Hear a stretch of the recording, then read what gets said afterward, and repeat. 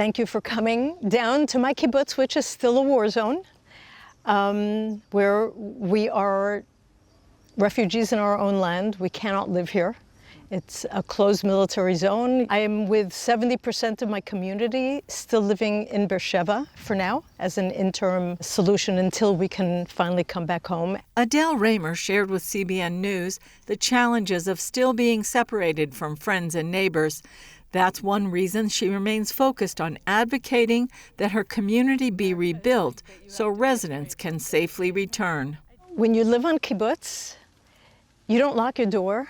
You go outside to the lawn, you see neighbors, you go to the little convenience store. We're 430 people in this community, and I know everybody. Kibbutz is so much more than just the houses and the dining room and the fields. Kibbutz is community. Adele took us back to the day Hamas changed her beloved home while enjoying a visit from her son.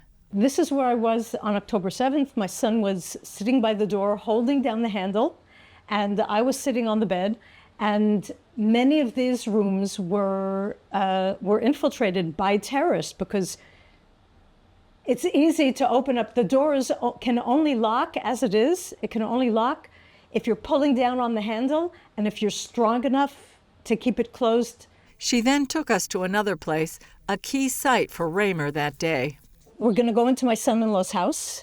This is where I almost lost my 3 grandchildren on October 7th. Wow. The terrorists came into the house. My son-in-law was one of the first responders, so he had a gun, and he was with the children in the safe room, and he heard the terrorists entered the house. At that point, they could only wait inside the safe room. My 3 grandchildren were on that bed, and he told them, hide under the blanket. You're going to hear a loud noise. Don't come out from under the blanket no matter what happens. He raised his gun and waited until he saw the handle of the safe door moving, and he opened the door to the safe room and shot the terrorist who was right there, right in front of the door. Raemer says a number of miracles happened on her kibbutz. One example, no children were kidnapped from Nirim. And then I realized that was supposed to be my 3 grandchildren. If he had not been here with his gun, they would have been murdered or kidnapped.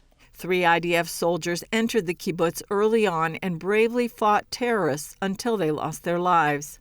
Their bodies are in Gaza. And on the wall here it says, Kan nilchamu ba'oz giborei Yisrael. This is where heroes of Israel fought bravely.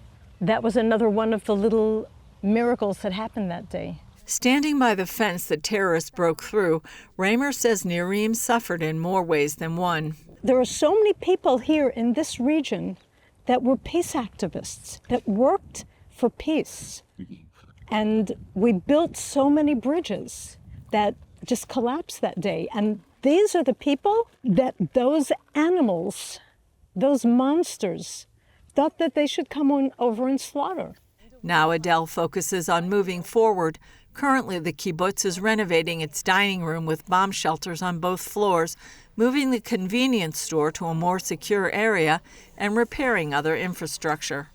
Adele hopes to make improvements to her own house before she returns, especially upgrading the bomb shelter to make it safe from terrorists and gunfire, not just from rockets. She also plans changes including windows, doors, and a bigger porch. That will be my victory. That will be how I will reclaim my house, my life. I had so much stolen from me, and there's no way I'm going to let that stand. So I will be back here, building bigger and better, as we're going to be doing with the community, so that young families are going to be willing to come back, and new families, hopefully with young children, will want to join us. Julie Stahl, CBN News, Kibbutz Nirim, Israel.